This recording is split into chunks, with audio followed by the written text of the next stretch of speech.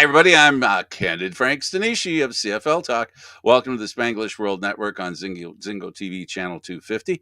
I'd like you also to look forward to seeing Candid Frank Stanisci at YouTube if you want to watch any of the programs that we do along with CFL Talk. We also have Candid Frank Live, and I have Wasega, Candid Frank at the beach, and some other stuff that we do. So if you can, that'd be great. Right now, we have David Morassutti here, which means we're going to do some football conversation, and we can open it up to the CFL again. The big activity that was the NFL and the Super Bowl has gone by. So now I guess we can talk, David, about a few things. We can talk in general about football, but mostly the Canadian Football League and how it fits into the football world. Yeah, it's been an interesting couple weeks for the CFL. Free agency, the rush of free agency has ended, and now it's like every day something little comes about, just little things trickling here and there. So it's nice that we get that reminder that CFL football is still sticking around. If quarterbacks are what stir the drink in the Canadian Football League, the biggest decision made in this past couple of weeks has to be the one with McLeod Bethel Thompson deciding to be 2 hours away from where his wife works in Georgia to play in the XFL. And the team plays out of Birmingham, but it's called the New Orleans team. That's just a little bit of confusion. But long story short, it's 2 hours to where she works. So that offers him an opportunity to be close to home, and the both of them to be able to get together and live at home and travel for the purpose of work. Yeah, I mean, this was never for McLeod Bethel Thompson. This was always about doing what was best for family. You got the sense that right after winning the Grey Cup, in that week that they won the Grey Cup, instead of being with the team in the Grey Cup celebrations, he was back at home with his family. Very understand. I mean, he still took part, Yeah, right? that's not a criticism, just a It's point. not good because he still took part. He did the Zoom live, which at least he took the time to do that. But you got the sense a little more and more that this was taking a toll on him in terms of not being there physically, being there for his family.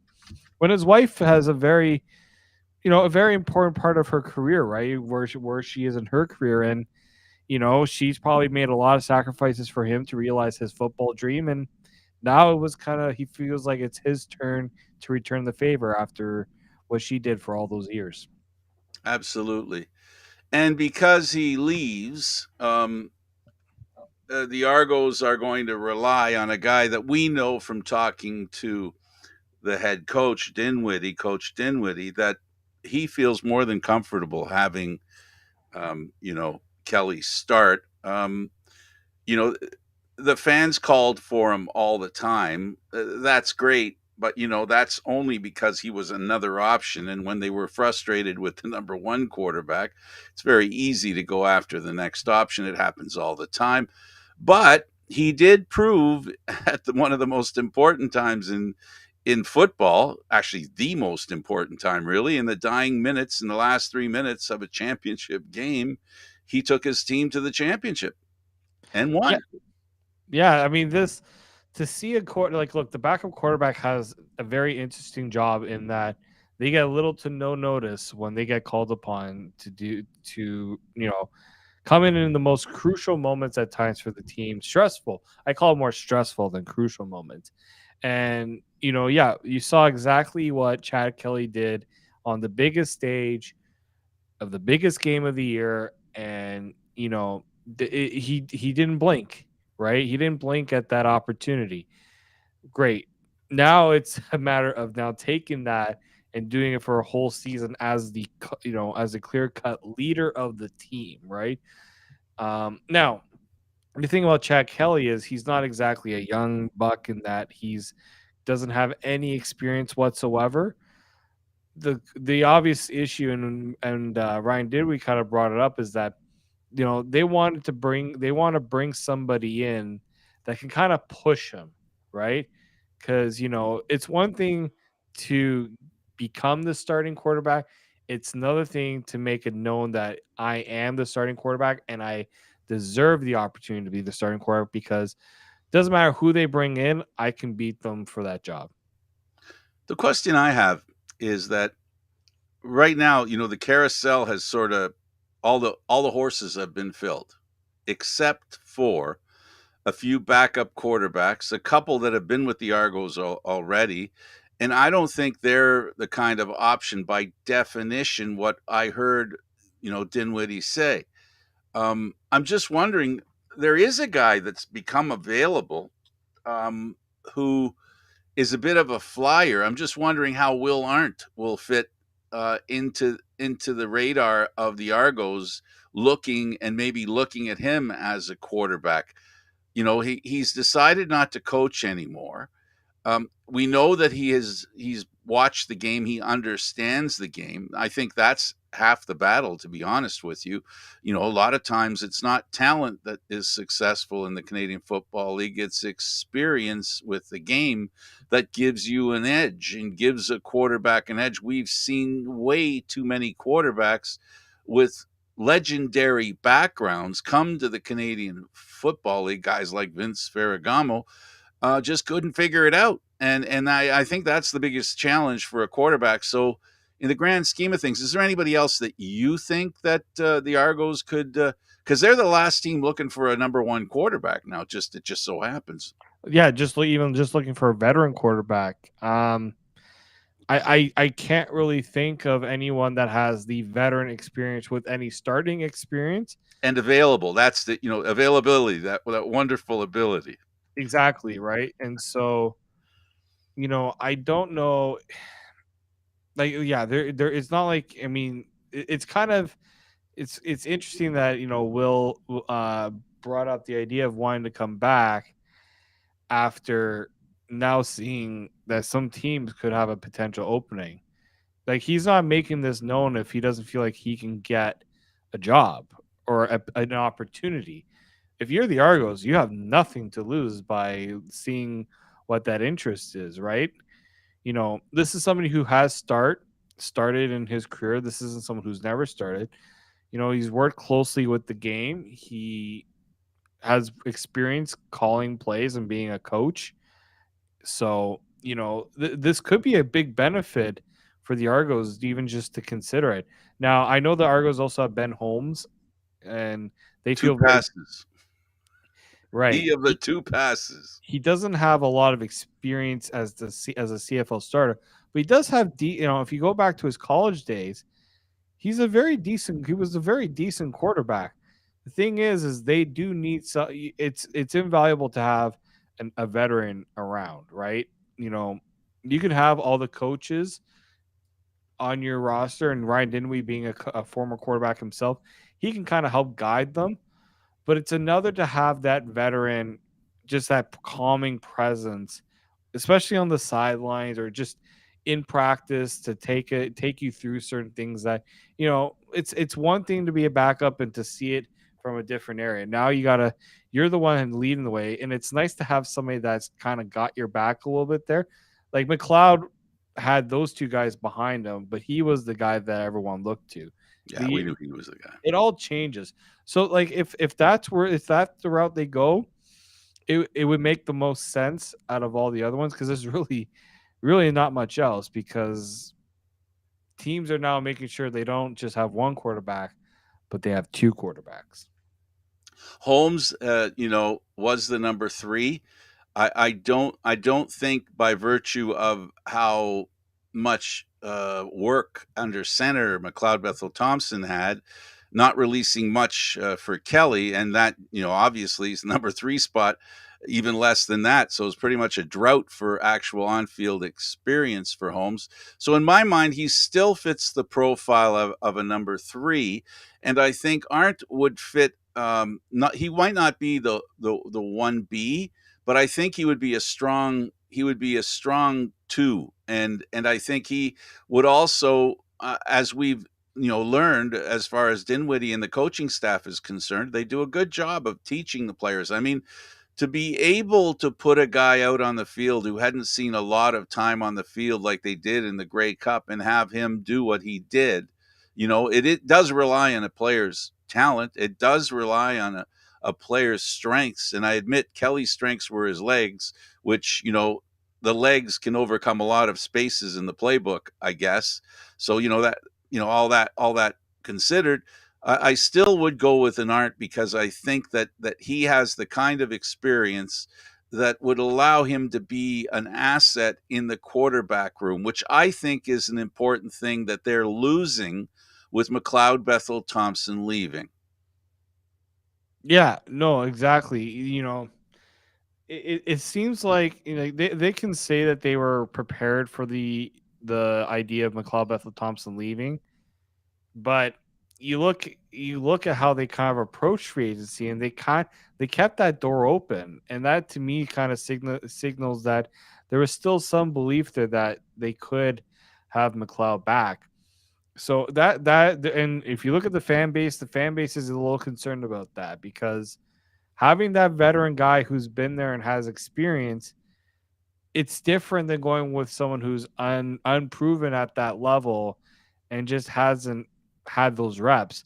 There is some faith you're gonna have to put, but you know you've also got to have belief in the system you have in place. And you look at other CFL teams, they find ways to usher in a new era as seamlessly as possible. Speaking of era changes, we also had a swap in the last couple of weeks. Trevor Harris went to Saskatchewan. Fajardo was in Saskatchewan, now finds himself where Harris was in Montreal. What do you think of that swap, and how does that change both those teams? I was surprised. Just that. I mean, obviously, once Harris was confirmed to be leaving Montreal because of, I think that had a little more to do with the ownership situation, the ability to put a good team on the field.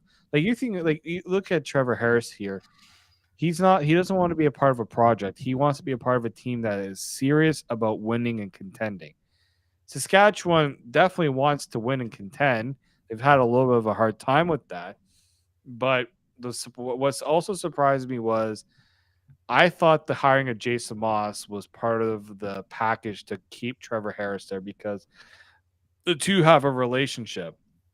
But then when you see that Trevor Harris goes to Saskatchewan, they give him the 2 years, which for a guy like Trevor Harris, that's nice to have that little extra, little bit of security and knowing that you got a 2 year deal versus a 1 year deal. Then the more surprising part was obviously Fajardo going to Montreal because now you're hoping that it was what was going on in Saskatchewan that was the problem and not the relationship between Moss and Fajardo. That's going to be a very tricky situation there. And I also think, you look at Montreal, they lost their two biggest weapons. No Geno Lewis. He was the guy that brought that offense to life. Jake Winicki is no longer there either, right? So that's going to be a very tricky situation for Montreal. Um, That little ownership hiccup, unfortunately, happened in a time frame that wasn't very convenient. In the middle of free agency, they don't have ownership. They moved quickly. The Canadian Football League moved as quick as I think they possibly could have. Brought in a guy in Mario Cecchini that is well known in the community and also was the president of the team before he was let go. Before the team was no longer under the same ownership. So yeah, I agree with you. The complication there in Montreal is I hope, and I think all the CFL football fans hope that Montreal can bounce back from a tough situation. I think they can. They've got a guy who knows the Canadian Football League as the GM and head coach. I haven't, I haven't lost faith in their head coach. I know that he's had some trouble the past couple of years. His offense in Saskatchewan, didn't really speak to a lot of success. there seemed to be a problem, whether it's communication with the quarterback and or the success of the quarterback being able to use the system in front of him and make it successful, whether it was his the fact that he was injured. And like you said, he's going for 2.0 now Montreal with the head coach, but it's a little different being the offensive coordinator and being the head coach. There's a little bit of a difference there. So, you know, Fajardo's a great quarterback, and his coach understands the game of football and understands the Canadian Football League as well as anybody. At least he's had the opportunity to learn it. He's had every position. He's been on Grey Cup champs. He's been a quarterback coach. He's been an offensive coordinator. He's been a head coach. And Montreal is an opportunity for him, along with his quarterback, to basically resurrect both their careers, really. Yeah, no, exactly. It's and look, Montreal was one win away from being in the Grey Cup, Absolutely. right? They were a team that a lot of people and they got a lot of they were hopefully on the right track in terms of momentum with the fan base, reinvigorating that fan base. And you just hope that now two people who clearly want to prove themselves worthy of, I mean, Jason Moss, how many more chances is he going to get to be a head coach in this league?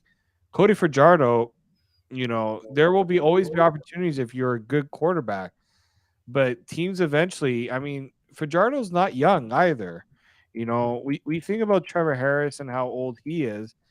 Cody Fajardo's 30, and the style he plays relies not just on, you know, not on his ability to just throw the ball, but his ability to move around the pocket, extend plays with his legs. In my opinion, that leaves a shorter window for him to show that his best days are here, right? So You're 100% right. I'll just quick. yeah. Um, he is the opposite of Kelly. Kelly's the quarterback that has spent a lot of years not playing, and the last few years not playing. So physically, health wise, he's his tires aren't as worn. They're probably the same age as Fajardo. His tires as old as Fajardo's, but Fajardo's have been they've been doing a lot of they've got a lot of mileage on them. So for him, that's what I would say would be the difference between the concern for me with Fajardo. Yeah, and so like I have faith that I do think Cody Fajardo, the issues that he was dealing with Saskatchewan, there were injury issues because he did not have an offensive line in front of him. He had a historically bad offensive line. So I want to see, can Montreal give him that proper situation, right?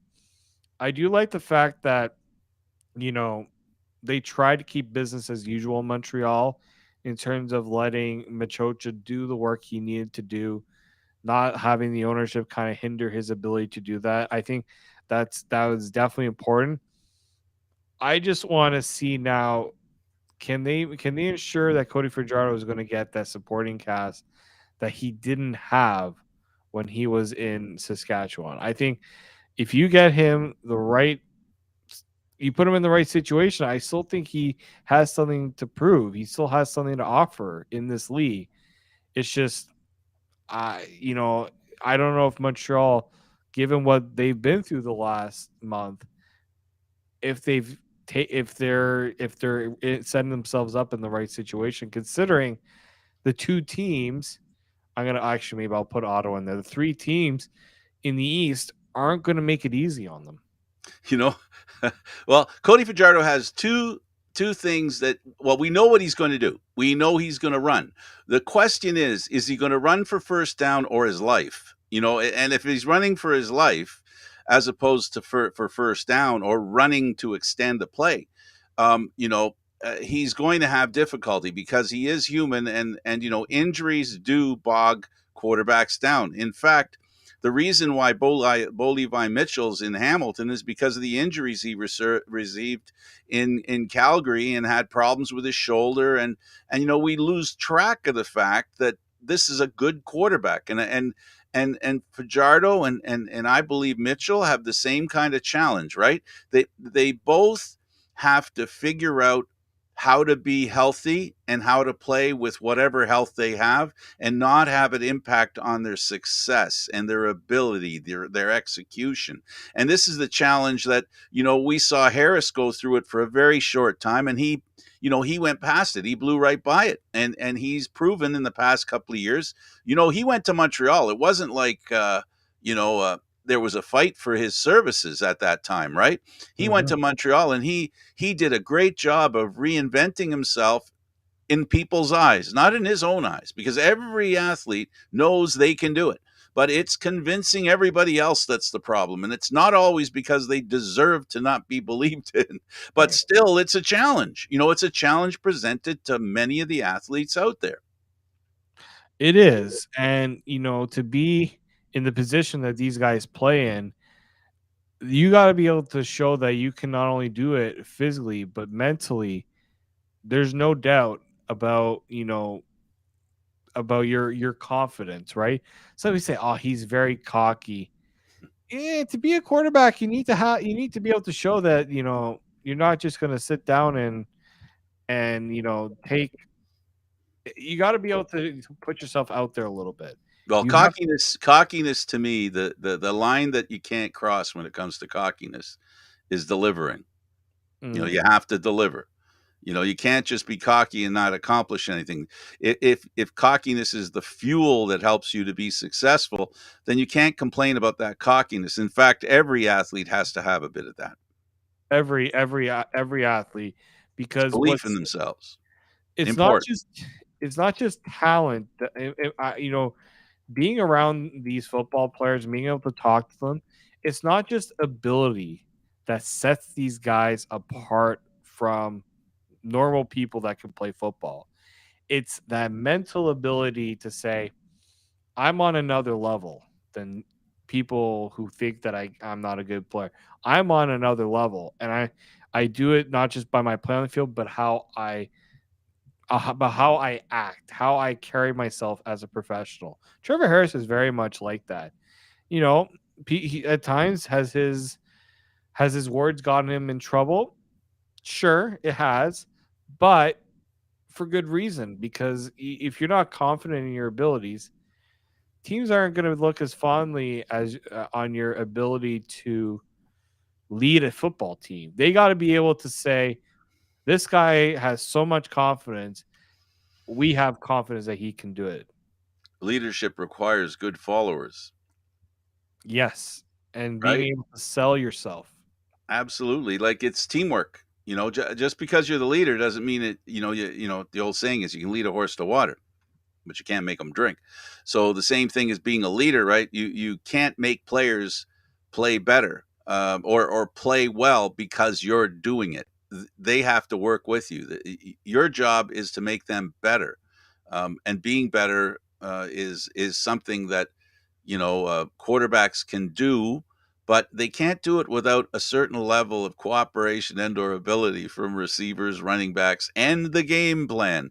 And that's what's going to happen here. It's going to be really interesting that three of the most experienced quarterbacks the Canadian Football League has to offer are all very experienced and all playing their first seasons in Hamilton, Montreal, and Saskatchewan. And then you've got Evans. Now, we haven't even spoken about Evans. Mhm. Evans in BC. So, we always joke about the CFL quarterback merry-go-round. Hey, this year it was really enacted. It was, I mean, it has been a merry-go-round. Yeah, this has been one of the crazier years in terms of seeing so much movement around the league. You know, out of all places for Dane Evans to go, I'm not BC surprised. I'm not surprised. BC wasn't at the top of my list. They were top 3 for me because look, Vernon Adams, he can start in the CFL, but he's hasn't shown that he can be the quarterback Is that he can execute expendable? all the way.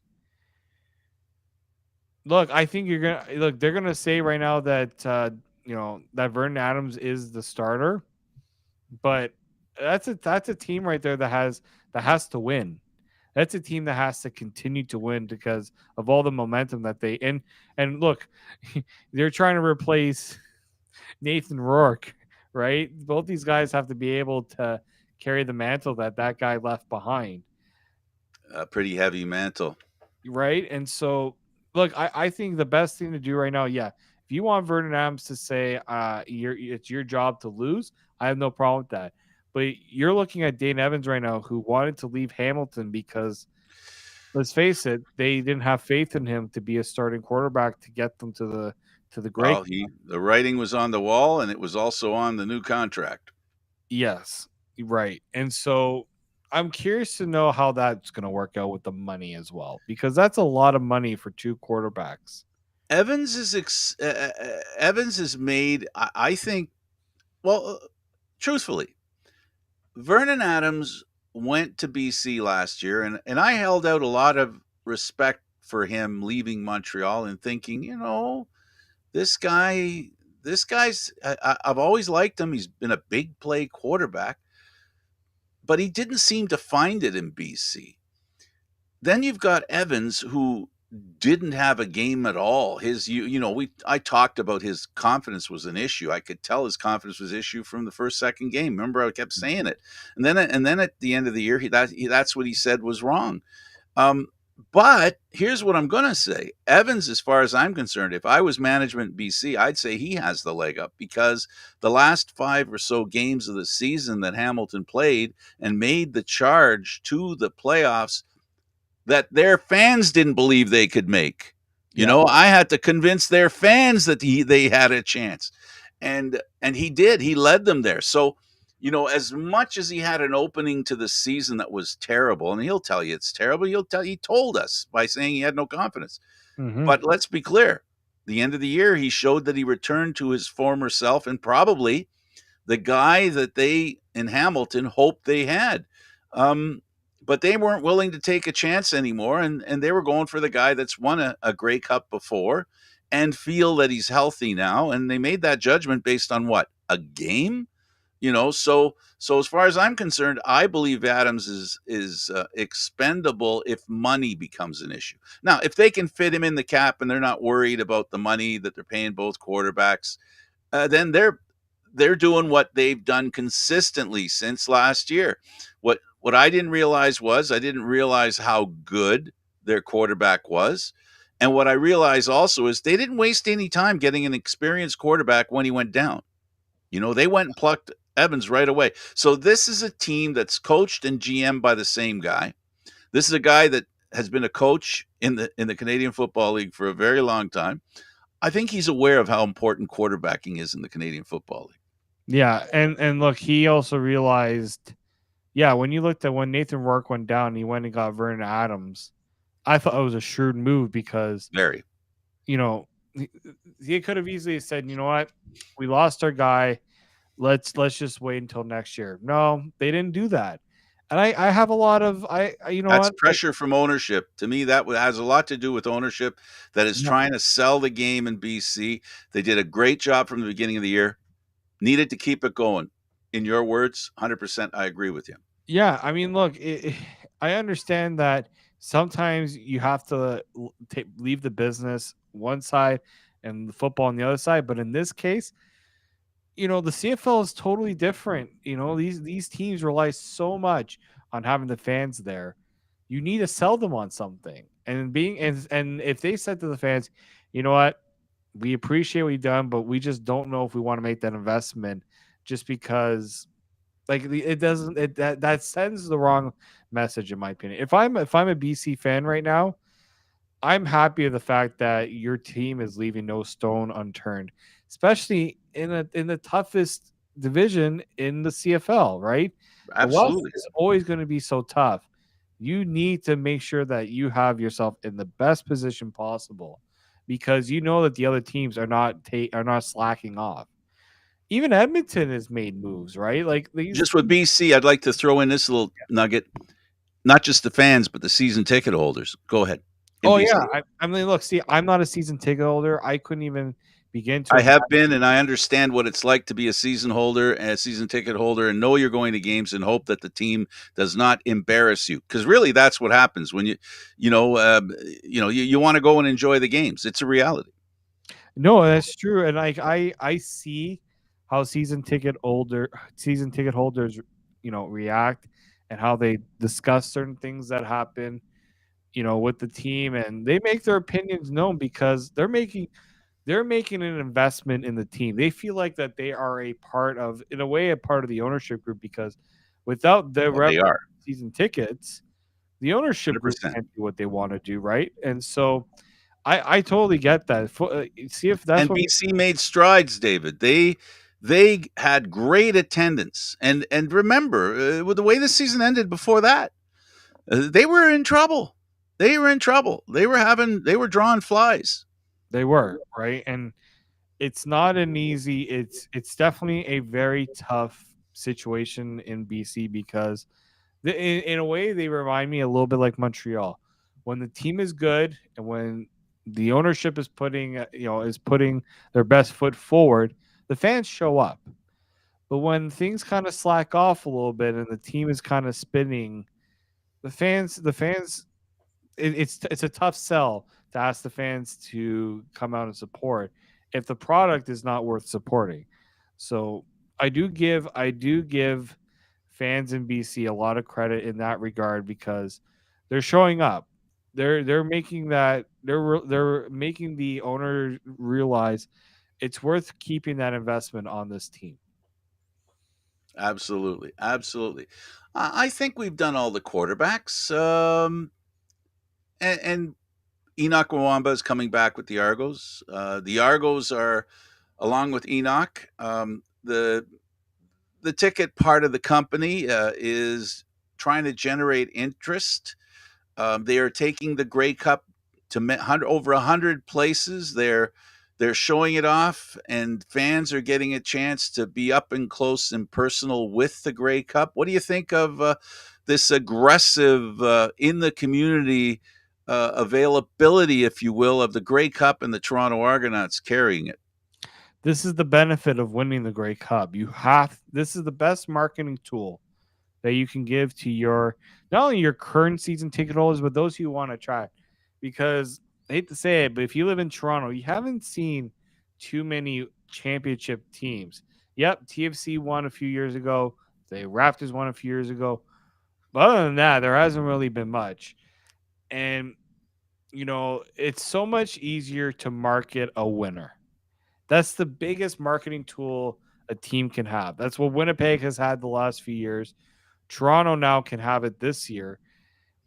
It makes things it provides that I'm trying to think of the word here. Uh man. Well, it provides an opportunity for people who are considering buying season tickets.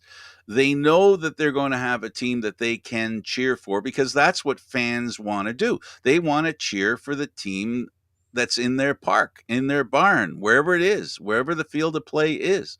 They want that. They need it. It's part of what gives a fan base an opportunity to grow. And if you're a season ticket holder, it's a lot easier to brag about going to the game and talking positive about the game when you're not losing 50-3.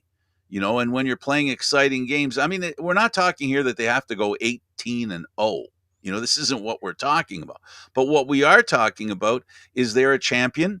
They're inviting fans from the community to come and watch the team play, and we'll give you an indication of what it's like to follow a championship team. We're going to give you a lot of reasons to cheer. The stadium's beautiful. The atmosphere is fantastic. The game is incredible. And all those things sell the game. And winning is just another, it's another check mark. It's not the whole story, but it's a box that fans want, that fans appreciate getting checked. They do. I think it's so important to ensure that you are making your fans know that their support is appreciated, and there's some benefit.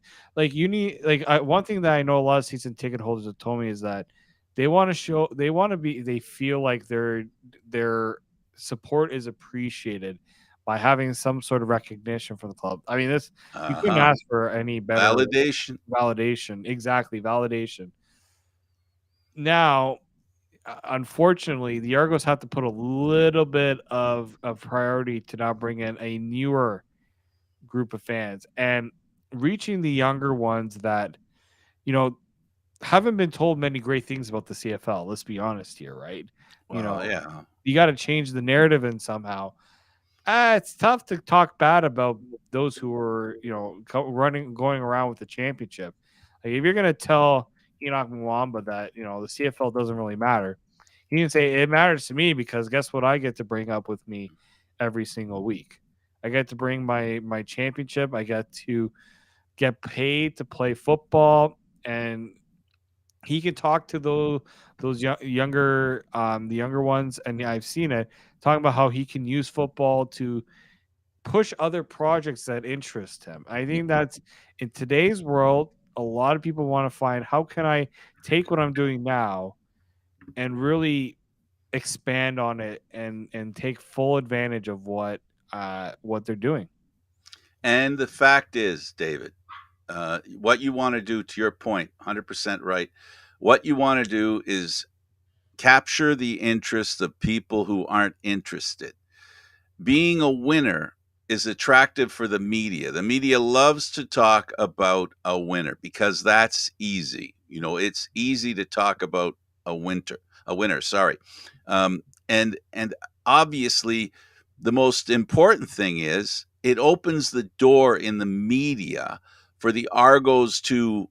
That's why this thing of them going around to 100, they're raising the profile of the cup along with the team, along with the game. And what they're doing is it's not, I won't say it's expensive to do it, but it does cost money. It's an investment. And making that investment and maybe at least, having people raise an ear and go, maybe when the season starts, okay, I'll buy season tickets. Great group. That's the group you want. But maybe there's also that group of people who go, well, okay, maybe I'll come and check out a game. Right? Now, Yeah. you get them to come check out a game. And if the team plays well and the game is exciting, like you and I both know it can be, right? It can be Yeah. very exciting. Guess what? If you offer people a seat and they only use the edge of it, they'll be back. They will be back. And when a group of people go to watch a game as a group, the home team playing really well, that group enjoys that moment. Yeah. Cheering is something that fans want to do. That's what they're built to do, cheering.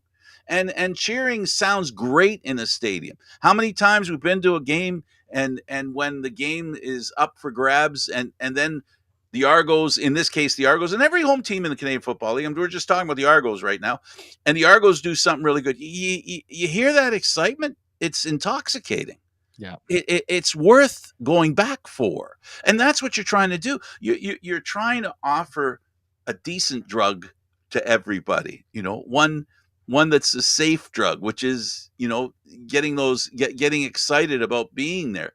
That's something that, with winning, adds to the ability for you to sell the game. But Yeah. again, this is just an introduction. What they do after this year, which Pinball Clemens has spoken about, has made a point of people understanding. He wants a team that comes back for more. Now they made it to the Eastern Final year before last, Yep. failed to make it to the Grey Cup. They made it to the Grey Cup. They won the Grey Cup. He so far, Pinball Clemens has two great years in a row for the Argos. People talking about the Argos don't have to feel foolish in the media where they're trying to promote a team that's losing 50-3. Hmm. That's important to me. That's to me, I think that's important that when people promote the game and people go to the game, I think even the media gets excited when the team's doing really well.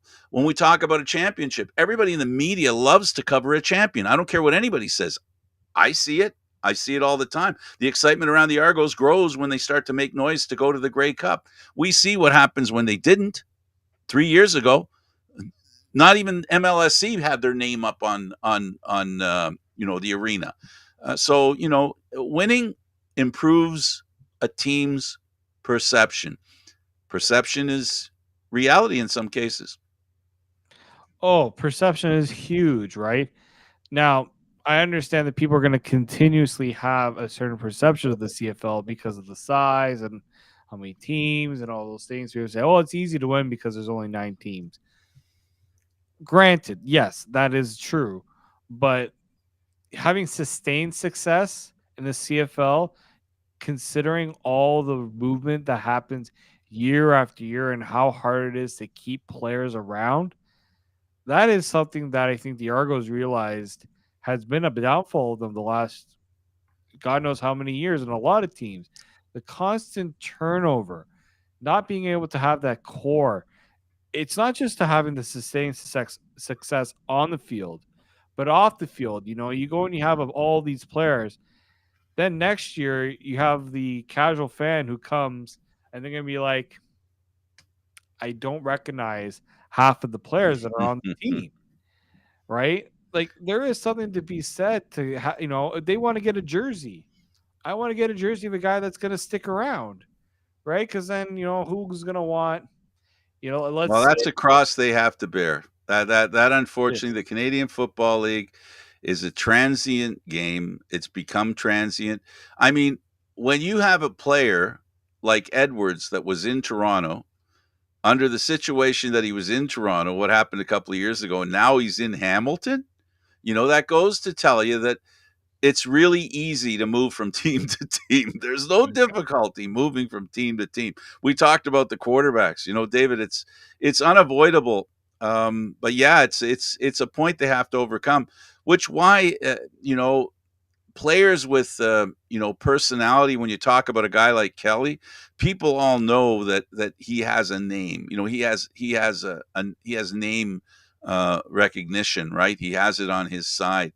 The yeah, Canadian Football League, unfortunately, because of the league that it is, because of the salaries they pay, because they can't bring in big name college football players on a regular basis, they really have to build their names within the organization, which is why when you say they leave, it's such a tough thing to create. Like a Simone Lawrence in Hamilton, who looked outside of Hamilton, but would rather play for less in Hamilton because 10 years, his legend, that kind of stuff. So the fans really relate to him. And when they're going outside Hamilton, he's a helpful tool in promoting the Hamilton Tiger Cats in Hamilton. So that kind of thing that you're talking about, I'm just giving an example of what you're saying because you're right. that's the thing that players have to balance, right? Do you want to stay in a situation of winning and that's going to do well for you, year after year of your name, or are you going to go after the money and change teams year after year after year? Now, we're hearing stories about how I think it was Rasheed Bailey was offered more to go and play in Saskatchewan, decided he wanted to stay in Winnipeg because winning not only meant that much to him, but there's more satisfaction. There's more to the legacy of the player to be a part of a winner rather than to go and chase the money. And then when the money dries out, it's like, well, now I don't really have much to my resume because instead of trying to stay with a proven winner, you kind of go for the paycheck. Now, I'm not assuming that's all what players do. Like a player is going to take the money, but they're also going to be like, is this the right situation for me? And that situation for Simone Lawrence is the Grey Cups in Hamilton. Yes. And he wants, and he truly has, he is a legend in that city. You How know, great would it be for him and Hamilton, for him to win a Grey Cup in Hamilton and retire? Because that's what will happen if he wins. I'm positive he'll retire. He has really, his impactfulness on the team has lessened. I don't know why. I'm not going to pretend to know why. I know injuries have been an issue. I know age. That's unfortunate. That's the one opponent ends up winning all the time. Eventually, age is always winning. Father Time, he's 3,000-0 in the past couple of years. You can't beat Father Time. look, uh, I mean, that's what Brandon Banks did, right? Brandon Banks Absolutely. realized, well, first Hamilton decided to cut bait with him. He's like, well, he had his pick of teams, and he decided to pick the team that he felt was going to give him the best chance to be there. And it got And, him there and he won. and it got him there, and he won. I had no issues with that. I had no issues also because Hamilton didn't exactly make it easy for him to go back because they said we don't want you back in the Yeah, West. no. Look, Brandon Banks. a lot of tough luck. You want to call it luck, you want to call it bad breaks, you want to call it Mhm. officiating that really kicked him in the behind and really upset him and affected him deeply. Um, it all was for good reason. He ended up in Toronto, ended up winning a Grey Cup. We were fortunate enough to follow him and see the contribution he could make. And this he's a perfect example of how you make a football team and how you put one together. You don't necessarily have to bring in a great guy to perform the way he's always performed or performed until then. The tiny little contributions that every player can make, whether they're an experienced player or a young player, it's the beauty of football in general. So, when we see players stay in a place, they're staying because they want to be there, and there's nothing wrong with that. We're promoting it kind of, and the Canadian Football League is promoting it by saying that if you're in a town for a while, you can end up being like a Canadian. And that's there has to be a reward for players staying in place in the Canadian Football League because of what you said earlier. The fans need the continuity. The coaches, GMs, and the teams to have success need continuity. Continuity is a key factor in selling tickets. It's a key factor in building a team. And it's a key factor with players having a decent life because, moving around isn't easy. I mean, I couldn't do it. I couldn't do it. No. We got a guy now who only needs a couple of teams and he'll have played in every team. It's the Yeah, it's right. I just think the CFL has tried its best to make it so that teams can try to build something that's sustainable in terms of being able to market their product. Now it's a matter of, okay, is this sustainable? Can the model allow for that to be a reality for a lot of these teams? I don't know if it is.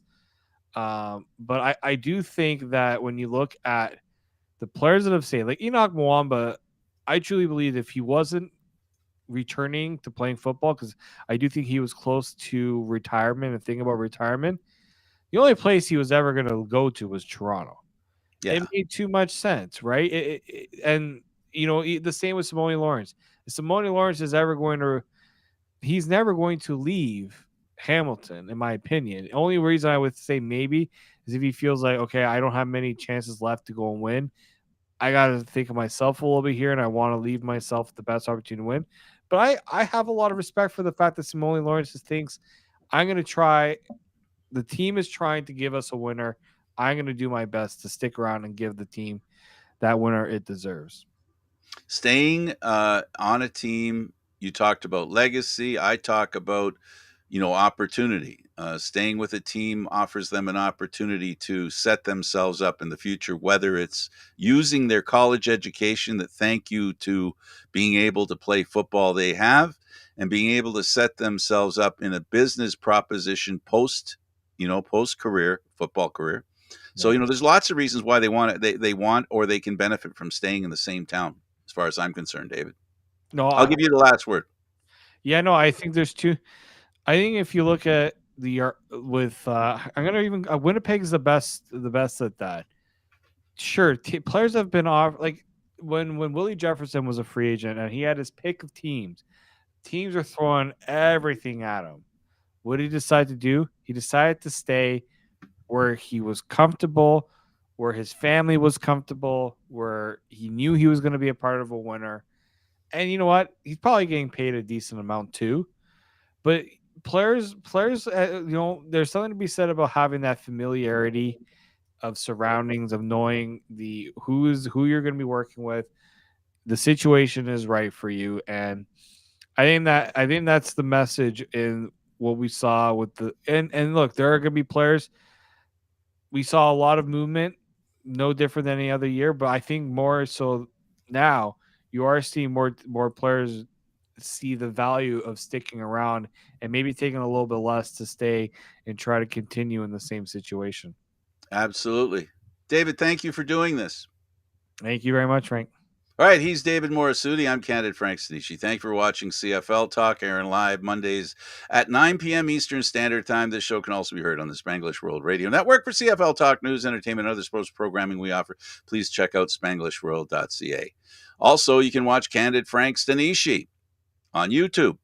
And I got a few shows that I do there. Candid Frank Live, CFL Talk, Leaf Talk, a lot of good stuff. Check it out for me. And I hope you like it and subscribe. So for Spanglish World, we ask that you watch it, hear it, read it, download it, and live it. Thanks for watching, everybody. I'm Candid Frank.